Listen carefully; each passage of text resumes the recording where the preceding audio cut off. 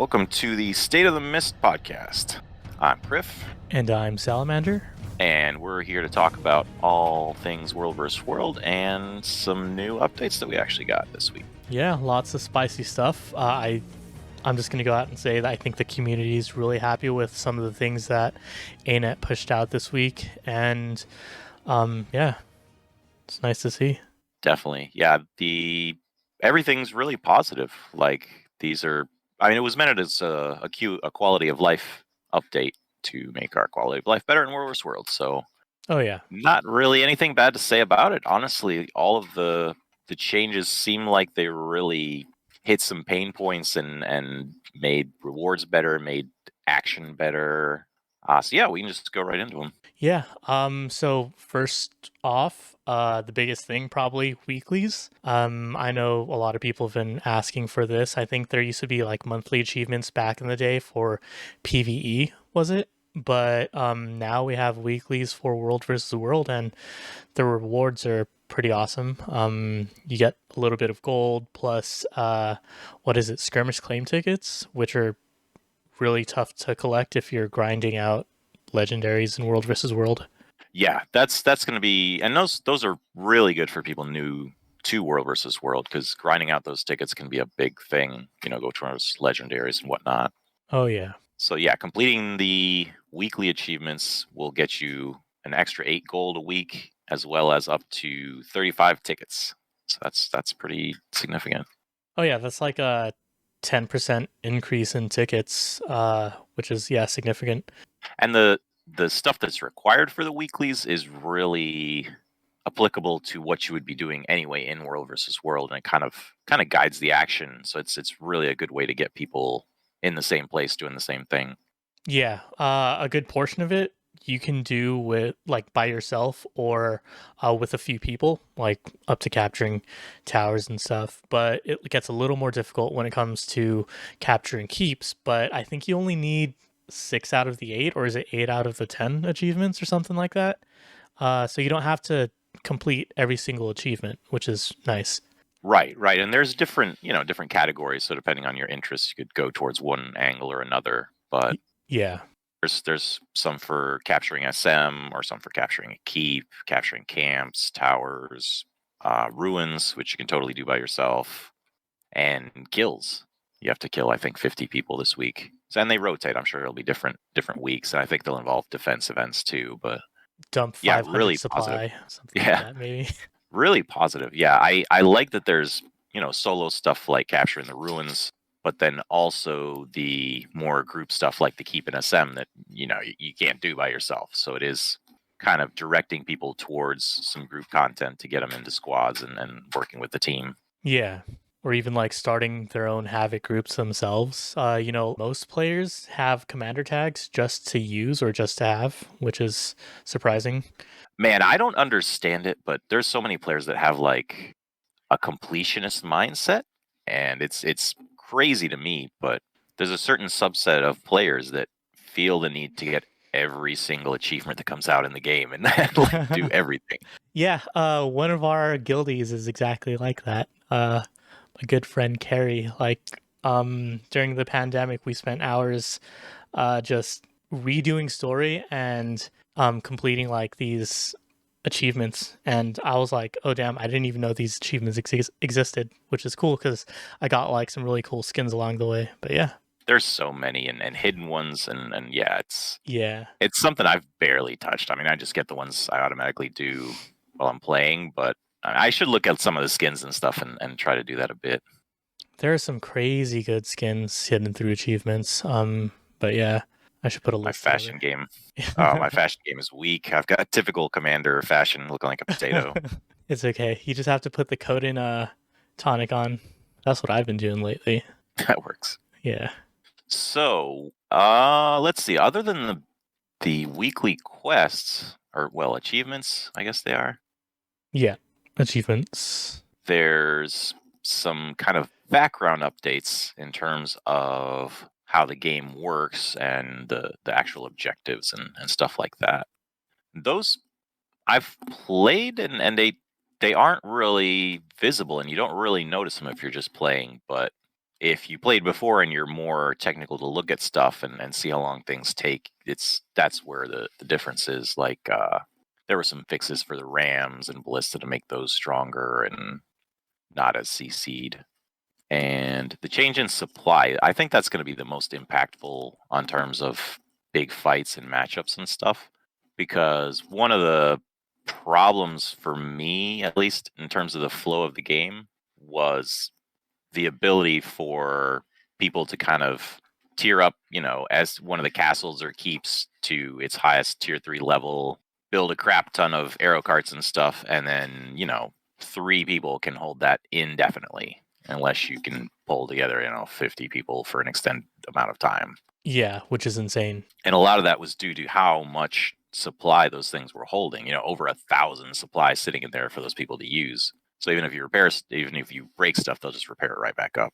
Now that's chopped really low. I think in half they've chopped the supply ability for a lot of those keeps. That's good. It'll make it a little harder to defend. You have to be more careful with your supply, definitely. And it'll be a little easier to attack. So I've never been a huge fan of running up to keep them having 1,000 something supply, and the whole 20 minutes we're there, it only goes down by 100 supply, 200 supply. Right. I mean, there's definitely a purpose for the defense, and it's not supposed to be that easy to take the objectives. But Yeah, at this point, like before when they were super tiered up, one of our squads just doesn't want to mess with it. We don't want to waste a half an hour sitting there on stuff. And so, yeah, this is going to make for more action and less just slow denial and people trying to find an appropriate objective that they could actually do. that's good. Hopefully it triggers faster responses from the enemy teams, because sometimes I'll just attack a keep to bring enemy squads over. Right. And now they'll have to actually get there quick because they can't, count on people to delay for half an hour. Yeah. A little bit of upgrade to the War Claw ability to hit the gates, but honestly, it's not worthwhile still. Like, it's still better to use a ram, so I don't think that's going to change much. Yeah, it's fun to have. Someone mentioned in one of the runs earlier that it's probably good to have when you still have supply, but all of your siege has been destroyed and the wall or the gate is like low. So, there's always that option. Right, like just finishing it off like a PvD type moment. That might be good. Assume you can get out of combat. Yeah, player versus door for the new people. Yeah. And there was also some yak love. They upgraded the health of the yaks, so those can be ran more successfully. Will make guild missions a little easier if you get jumped by a small roaming group. Yeah, and otherwise, that was the main thrust of the patch was the weeklies and a couple of those updates. And I mean, there was some forward-looking stuff as far as what they want to update in the future, and no real new information as far as restructuring and stuff. But it's upcoming. That's going to be the next thrust, I guess, of the updates. Yeah, we're definitely going to see some changes in the future. It seems like ANET's pushing these things out little by little, which is good to see. It'll be stressful having to push out 20 huge updates and fix any bugs that come along with that. Instead, pushing one thing out at a time and working on that one thing makes it a little easier. Lighten the load. Yeah, and these seem kind of like easy wins, like an easy update for them to do that didn't take them a lot of time, and then they can go back to their main project of the restructuring. Yeah. But I like the way they're doing that. So it still feels like they're working on it and it's not all background stuff. And we have things, we can play with while they're doing the main stuff. Yeah, and it's not too overwhelming. I'm not sure if you've ever played a game and stopped playing, come back a year later, and there are all these huge changes, and you end up not playing for long enough, or end up leaving the game because it's a lot harder to catch up. You're hit with a bunch of story, a bunch of UI changes, a bunch of new features. That's happened to me with other games. But with World v World getting these changes over time, it's makes it a lot easier to swallow. Yeah, yeah, and these updates actually are really attractive to former players. Like, I've seen some people in map chat say, "This is the update I've been waiting years for." Oh yeah. And like I think it's like minor stuff like the yaks and things. Like they really care about that stuff. But a lot of people wouldn't put a high priority on that. But some people that take it really serious are like, "Yes, I want to be running yaks again." Yeah. So yeah, activity's up. Yeah. Some roamers, like the ones who don't want to necessarily look for fights, will run yaks a lot of the times. It keeps their participation up, and they don't want their yaks to die as soon as two enemies look at it. Yeah, yeah, and they're more meaningful now too. They have more supply, so they upgrade the keep Oh yeah, more. So it is a tactical thing where you are helping out, and yeah, I mean it's easy participation, low intensity. I mean somebody might come try to kill you, but it's not going to be as intense as trying to attack a castle. yeah. Yeah, the updates are well received. I can't see that I've seen anyone really have a problem with any of it.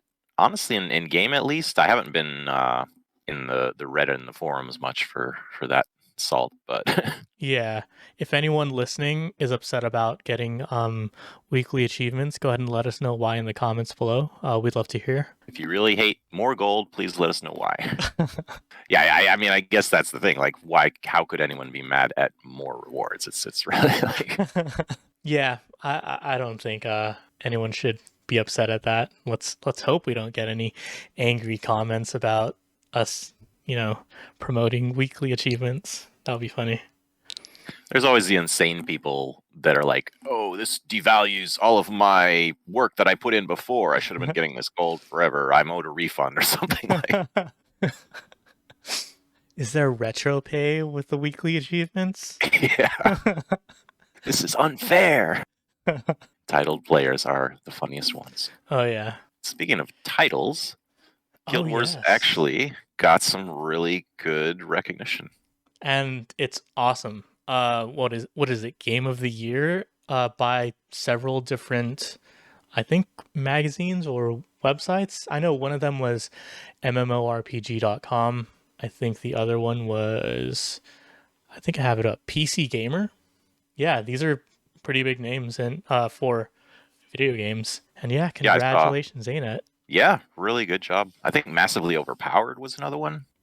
Oh, nice. No, really something that hasn't happened for years. I mean, it's basically around the latest expansion. I mean, the End of Dragons was a good expansion, and I Yeah, think the public saw that. by far my favorite expansion. Amazing story, and you know the elite specs that came with it. Everything just, oh my god, you guys gave us turtles.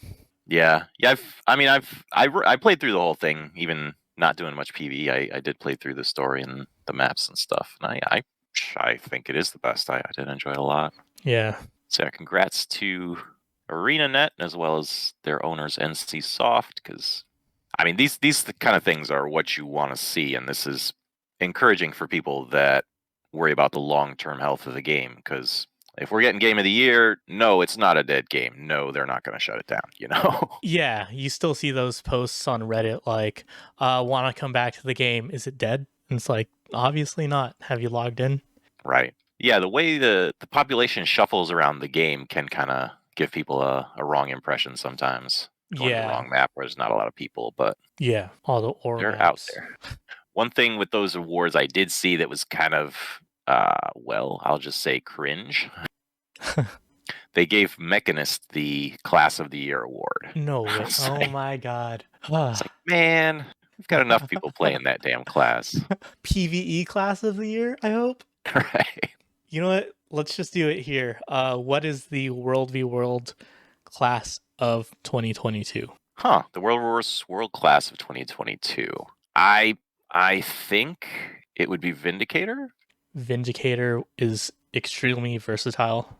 Like it shines as DPS or healer. So I I'd back that up. Either that or Dragon Hunter, but I might be a little bit biased. The how the meta came out after the new expansion was nice in that it wasn't an immediate, oh, everyone has to play the class from the newest expansion because that's the only thing that's good. Like I like that it wasn't automatically everyone has to play End of Dragon specs. Yeah. 'Cause the firebrand's still good, et cetera, et cetera. I guess really it's really like Willbender and Vindy and Virtuoso. I guess a little Catalyst, but that's kind of it. I mean, otherwise it's fairly much the same class as you used to see. The firebrands and the Yeah. Skirtkas. But yeah, class of the year, I'd give it to Vindy. They can support or damage and do it really well, and they got some unique mechanics. I'd give it to them. Yeah, probably a good thing to bring in if you're pugging on reset night and you don't know if the squad you join will need healer, DPS, or if you can't find a squad and you just have to roam.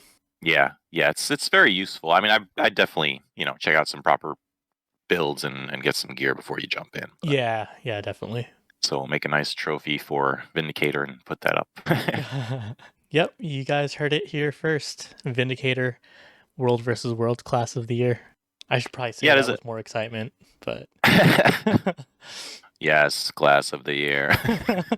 do I always sound like I don't know? No, I don't always sound tired. When I'm commanding, I'm usually pretty I don't know, energetic kind of. Yeah, your voice goes up and down the more excited you are. But if it's like monotone, well, I guess Salamander's not really interested in this. I guess. It's funny because a lot of people think I'm like mad all the time. I guess I have the what is it, RBF? And I sound like a jerk a lot, but I never ever feel upset about really anything. And yeah, I never intend to offend anyone ever, but sometimes it's just like my tone is so bad. It's like, damn, I just told you I graduated. You're not gonna congratulate me with like, more energy? Sorry. I know what you mean. Yeah, I feel like the last few years have taken a toll on my communication skills. I blame the pandemic. Right. Yeah, and I mean, I guess in a certain extent, World vs. World too, and other things. But like, at least for me, I try to make my communication really, really efficient and concise. Oh, okay. And I mean, in like a World vs. World aspect, like you kind of want that instead of hogging up comms with a bunch of nonsense or typing long ass messages. So it's Yeah. practical, but it kind of overlooks the social manners, feelings aspect of people, where Oh, yeah, that makes sense. Like people don't really want a 2-word reply to the happy thing they told you. They, yeah, no, those niceties and they definitely have value to show appreciation for other people and valuing their time, and that's something I got to work on a little bit. So Yeah, same. I mean, I do value all my friends and everyone I speak to. If I respond to your whispers, then, I'm taking the time I normally wouldn't to respond. And yeah, like if I respond to your whispers, you're one of my friends. And also for the people who are listening who have whispered me in the past, if I forgot to respond, it's not something wrong with you. Sometimes I'm just commanding and not looking at my whispers. it's not you, it's me. That is a thing, though. Like, if you're tagged up, you do get a lot of whispers. Yeah. Like, maybe people but a lot of just random people whispering you weird stuff like, oh, I'm taking this camp. And you're like, well, great. I don't know why you're telling me this, but It's crazy. I do get those. They're like, hey, the wall's down at this tower. What's it called? On a different map. And I'm like, cool. What do you want me to do with that information? Like, yeah, it's just some random roamer. And I don't know if it's like a spy or something, but like, trying to pull us off the map.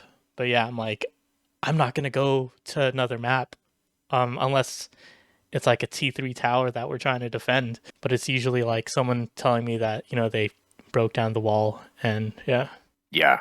And I mean, you also get random whispers and you don't even know who it's from. Like I got one the other night of like, oh, are you commanding tonight? Are you running? And I was like, yes. Who are you? And I assumed it was somebody who wanted to run with us. No, Okay. it was an any commander who wanted to fight us. So Well, that's always nice too. Like, people reaching out to you for fights because, like, I don't mind that at all. It's better than having to chase content sometimes. Yeah, yeah. And it's more of a community, and you realize like the people on the other side are not actually NPCs that I should hate. They're real people that keep the game going. So Yeah, yeah, and I actually, have a lot of respect for uh, enemy commanders or commanders from other servers because it's like, knowing that you can work together with a commander and fight them the next week is, I don't know, I think it's pretty cool. yeah, I think that's the one. Well, just about the only benefit of the Link server system is that it has had kind of us rotate around and work with different servers and meet different guilds and commanders. So Yeah. they're real people to us, and we can talk to them. And yeah, it makes for better action all around when you can communicate with people. I think Oh yeah. Yeah. the opposite of the high intensity, I hate the enemy server, let me, hack their team speak so they can't play type of. I have to actively discourage people from pin sniping, aka killing the commander sometimes because, well, it kind of sucks. It's Oh yeah.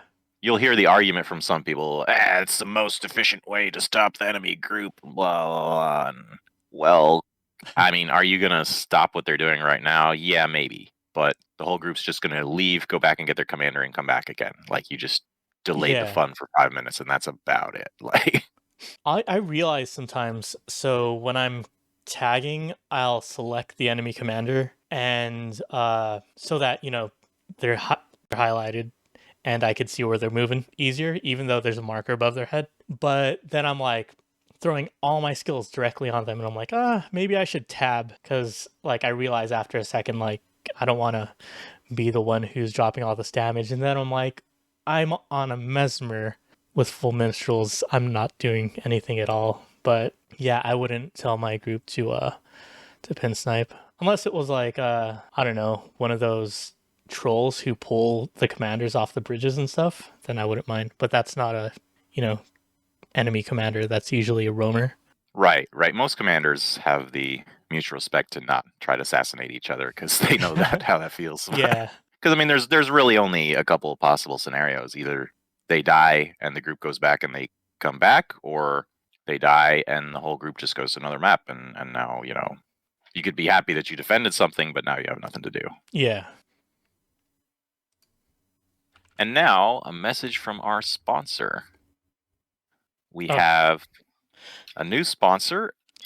Champion Commander Siege Razor has started up a pet store in World vs. World, and he currently has a sale on sand sharks and pocket raptors. you guys should definitely check out his stand. If you guys can get to the back of the Lord's Room at Firekeep, there's a small chance, it's RNG, that you'll see Champion Commander Siege Razor, and it's just a stand that says Champion Commander Siege Razors, Sand Sharks, and Pocket Raptors. And yeah, if you're lucky enough to find it, go and check it out. Everything's on sale, so yeah, pretty cool. But seriously, if you guys have a plug for a guild or a podcast or your Guild Wars 2 fan fiction site or whatever, yeah, we feel free to contact us and we can get you a advertisement that's a little bit better than this one. But yeah, there's been some call for a roadmap from the developers.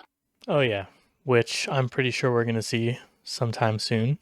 Yeah, they like to do that almost quarterly with a little graphic and give people stuff to look forward to, I guess, put on their calendar. Yeah. But I mean, from this last discussion, or this last update they did, they're not really able to put that out, at least for restructuring or betas or anything. They don't want to commit to a beta date yet, so more to come on that this quarter. But they did mention, though, that they're not trying to do another beta of this first phase, quote unquote. They want to go right to phase 2. Oh, perfect. Which, yeah, that's great. I think we've tested enough with the initial part. And phase 2 being the real deal, where there's actually alliance functionality UI in the game, and we can test that part out. That is awesome. Hopefully, along with phase 2 comes maybe the beta that stays. I don't know what that would be called. Like multi-week beta would be nice, yeah. Yeah. Yeah, because that would be a better test, at least 2 or 3 weeks to see how a reset in the system would go, and rematches and stuff. Yeah, or make it permanent, and then we just live with the bugs. I wouldn't mind that either. Yeah, fix it as we go. Yeah. Yeah, and that actually kind of leads into our guild gossip segment. Oh yeah. Because along with the alliances, we won't have to pay for server transfers. Uh, Right. and unfortunately, we've lost a few friends over the past few weeks. Yeah, not like Yeah, their so really lives. big.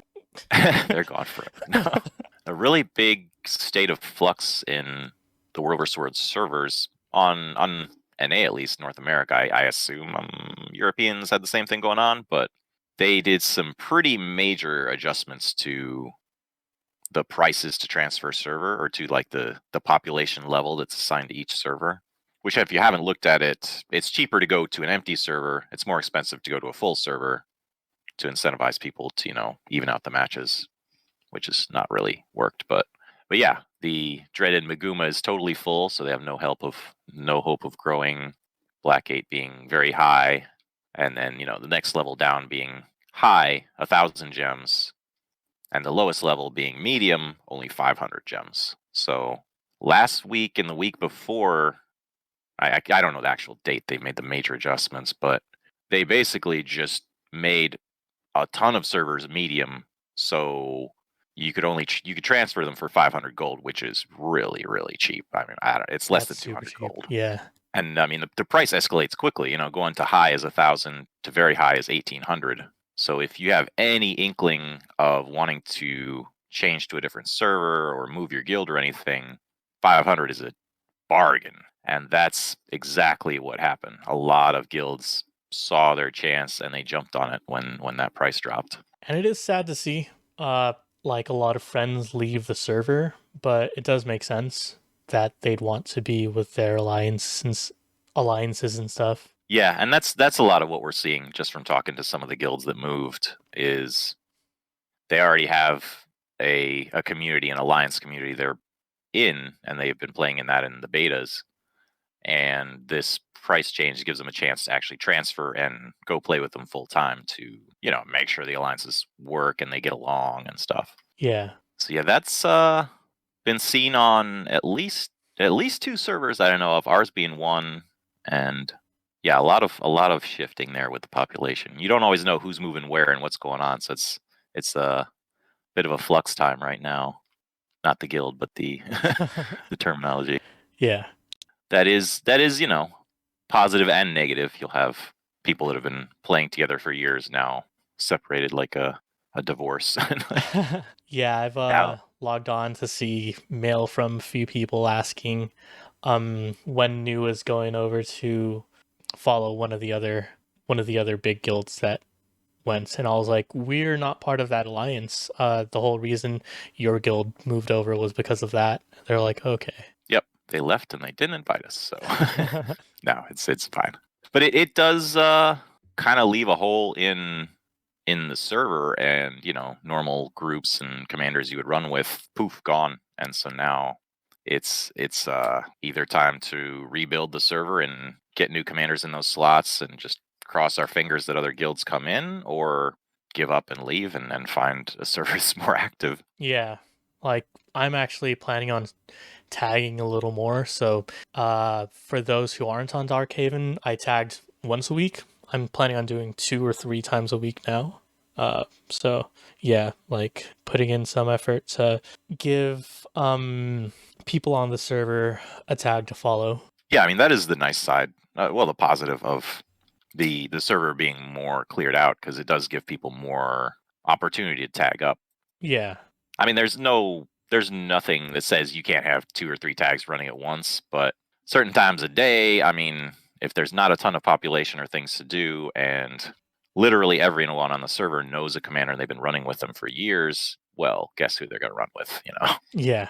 So yeah, nice time for people to learn to command and step up. And I've been commanding a little bit more too. I mean, the weekly stuff is an incentive. It gives you a direction, and people want to do it, and you might not have enough time in your normal guild runs to get all that stuff knocked out. So Yeah. yeah, even fight guilds are going to want to do their stuff and get their 8 gold. So you gotta wander around and do some actual capping of things. Thankfully, it's not all too hard. Like, the only difficult thing is coming across keeps that have crazy defenses. Right. I mean, it could be out of your league, and you might have to get a bigger group to tackle certain things. But these changes with the supply have kind of eased that a little bit. Yeah. Plus, you could just ignore that and just do all the other ones. Right. There's some options. You don't have to do all the dailies to get the or the weeklies. There are some you could have to do 6, I think, to get the total reward. Yeah. But yeah, right after they made the population adjustments and a bunch of guilds jumped around, it was time for relink. So now we're in a new server pairing. Oh yeah. Yeah, it's a lot different. Very, very different. I'll just go ahead and say we got the worst one possible.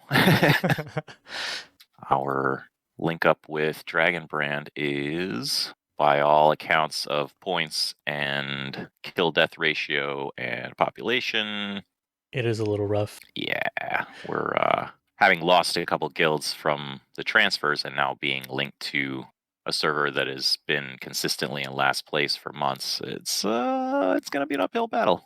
Can we stand the test of time? We shall see. It's man, it's like a ghost town. I haven't ever played World vs. World and had it feel this way. Like, a lot of the faces that I would normally see or might join our groups are gone.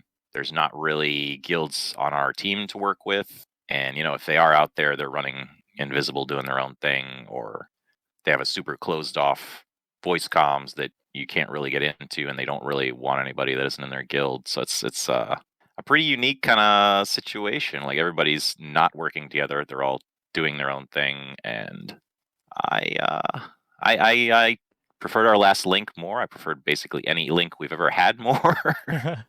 Maybe not Maguma. I don't know. I might like Meguma better. Really? Oh man. All That's I can saying remember something, is yeah. people yelling in map chat and team chat. We have that too, though. We have some infamous map chat trolls on this link. So Oh my god, that's true. I forgot about that. I forgot they went to Dragonbrand. That's crazy. yes, we are now linked with the infamous Monkey Shines, the most angry map chat troll of all time. Yeah, I'm pretty sure he has me blocked. He doesn't respond to like anything. I wonder what I said. Yeah, I don't remember. I probably just didn't respond to one of his whispers and he figured I hated him. Yeah, it's interesting. Some of these guilds that are kind of more reclusive and they don't really interact with other guilds as much, and they don't have, I don't know. I mean, I like to run with other guilds even as a guild leader and commander and stuff. I like to jump in with other guilds and see what they're doing and help them out, and it's more of a server community that way. You kind of learn new things and they might learn from you, and yeah, it's just more of a widespread teamwork thing. Nope, none of that. That's not really happening. But one of the things I've noticed is some of these guilds that are very like a silo, just in their own world, they perceive everything differently in a kind of a paranoid way. And so, like, anything that happens, you'll hear somebody say, "Oh, it's hacking. Oh, it's spying," or something a little crazy. Like, Oh, we had one of those before. and not that that's impossible. I mean, yeah, there's a few hackers and things in the game, but they're not that common, and most of them are not playing in guilds. They're just random angry children that buy a script or something. But yeah, one of the claims I've heard from some of these guilds, and you can't really prove or disprove it, but it's an interesting idea, is the idea of alt accounts, which I don't think we've really talked about on the show before. Oh yeah, I don't think so either. I have mentioned that I have alt accounts on EU, but yeah. Oh, right. Not But yeah, just that's man, it's kind of a gray area, along with, like, say, add-ons like Arc DPS and stuff. Yeah. Because they don't specifically say it's okay, and there's certain circumstances where it's definitely not okay, but it's kind of generally accepted to a certain extent, and they don't really enforce anything on it. Like, I think the official stance for alt accounts is that you can't multi-box, you can't play multiple accounts at once, but not really anything to say you can't play one account and then log out and play a different account. So what you can, often see that plays out with somebody will have one account on one server and play with one group of friends, another account on a different server, play with a different account of friends. That's the benevolent kind of good scenario that you would hope to see. Yeah. But as we know in gamings, if there's something that can be abused, it's going to be abused. So the dark side of that being, oh, I have an account here. Oh, I have an account on the enemy server. Let me log into both. And the one that's on the enemy server, I'll just spy and, tell my friends on my real server what's going on. Let them know everything that's going on in team chat and such. Yep. And you'll see that to an alarming extent on certain servers, or certain people just like blatantly throw it out there in team chat. I think Indo's got one of those. I'm fine calling out that. That's just blatant. Like it's kind of known, like alt accounts exist and stuff, but at least be discreet about it. Yeah. But there's other sides to it as well, and I hadn't really thought about it until somebody brought it up, and it's a lot of work. But say you have people with multiple accounts, and you have people with accounts on the enemy server, or there's just a guild you don't like, and they're all on red map. You have your people with alt accounts send all their alts to that red map and just have them sit at spawn. And now whatever guild that wants to play on that map against you can't get a full group in there because there's a bunch of people AFK at spawn. That does suck. I'd hate that. It's an unfortunate trolling tactic, but it's effective. And unfortunately, with the advent of free-to-play accounts, it's not that crazy hard to do. Yeah. And you open World versus World at like level 30 or something, 31, I think. See, I think there has to be some kind of action from the devs on multi-boxing. It's really not enforced, and it really needs to be. And I don't know the technical capacity of them to do this, and tracking IP addresses and VPNs and stuff, but that's highly abusable, and we can't really know if it's going on because we don't have a view of who's on map clearly or stuff like that. But ANET sure can. But I think it would be an issue with like people with one computer can't multi-box, but then people with multiple computers can take advantage of that. Because if I were to have my laptop next to me and do something like that, then yeah, that would be an advantage. Whereas some people don't have the luxury of having a computer and a laptop, things like that. But yeah, like you said, it's really difficult to approach. Like what can ANET do? And if they track the IPs, it could be mother, father, and son who play at the same house and play the game. Right, and that's very common. I mean, I play with other people that play in the house too, so it to enforce it would be a pain in the ass, and I don't know how they would do it, but it's not saying it can't be done, Yeah. But yeah, that's the tinfoil hat crazy theory of the week.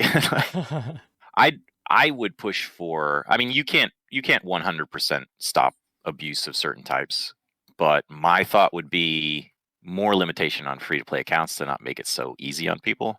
Like I don't think people should be free to play in World vs. World. I think it's an end game mode, and you shouldn't be there to your level 80 anyway. And you shouldn't be there unless you can glide and ride your mount, really. I mean, I guess people without expansions should be able to play too, but it's going to be tough, Yeah, trying to think of like what limitations they could put on free to play players. But drawing a blank. Right.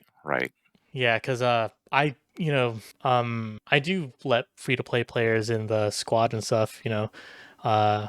They want to see what World versus World is like. Why not show them what a good guild looks like? And yeah, but it makes it tough when there are all of those alt accounts. Yeah, same. I mean, I'm all about getting more people into World vs. World and stuff, but I want them to be able to play it. And I mean, we can keep people caught up that don't have a mount with the mount buff and stuff, but the minute we try to glide off something, they're just left way behind, and that kind of sucks for them, Yeah, hope they know where the hay bales are. Right. And yeah, we're starting a segment called the Reddit Corner. Well, we'll kind of talk about some Reddit posts that we found over the last few weeks that are relevant.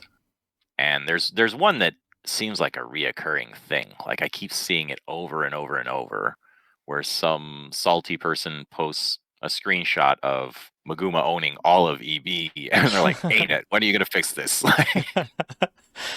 but like over and over, like it's every week different people post this. Yeah, and you always get the comments that are like, look at his post history. He's in Maguma. Like They love the salt. Yeah, they want people to be mad at them. yeah. That is pretty funny. But yeah, you get those every week. It's a trend. If you want to hop on that, it's free karma. Even though Meguma's a full server with the linking, they can still get people because people just move to their link server for the duration. It's, a bandwagon thing. Yeah. So yeah, no hope of that ending anytime soon, even though Meguma's full. We'll just have to wait for the restructuring. Sorry, Reddit. There's no hope of fix for the immediate future. Maybe sometime in the near future. We'll see when the roadmap comes out. Right. They'll specifically say, this is how we'll kill Mag. It always fascinates me that that's not a European thing. Like, the EU servers don't really have a Meguma. They're just all normal. It seems like you'll come across like mostly squads on EU, but a lot of them are closed. Hmm. Yeah. Well, at least on the server I played on. I really kind of think that the game has evolved to a point where, like, open pug tags are just too tough to run most of the time. Yeah, Like it is earlier in rough. the game, the average skill level of groups was much lower. Yeah. So, a random person putting up a tag and gathering up a random group of, rangers and thieves and whatever shows up might be able to actually do something or hold their own in some way against a group. Now it's hopeless. You're not going to. Like, Yeah. I mean, if you get lucky enough to have a group of highly skilled, experienced players that happen to join you might be able to do something. But otherwise, man, the other group is going to have such an advantage with organization and voice comms and proper builds. It's hard. It's really hard to pugman and not have everybody just get mad from dying a lot, Yeah. Like pushing in and seeing sub 1 just wipe immediately. It's kind of rough. Yeah. The rally is still a problem. Like, it is a Yeah. liability to take people who are going to instantly die because they're going to rally the enemy. Yeah. I wouldn't mind having that mechanic taken out. Like, it used to be so much worse where one death would rally 5 people. That's horrible. So much worse. So much worse. My God. But yeah, it does unfortunately make people dying a liability. So that's kind of tougher to play around. Yeah. But I mean, people still do it. There are still open tags, and people are tagging up and trying to get groups together. Which is actually better than no tag at all. Yeah, even a bad tag is better than no tag. At Yeah. least kind of get people in the same location towards the same objective. Yeah. But it's a social thing too, where like there was more acceptance of not having any communication and just typing stuff earlier in the game.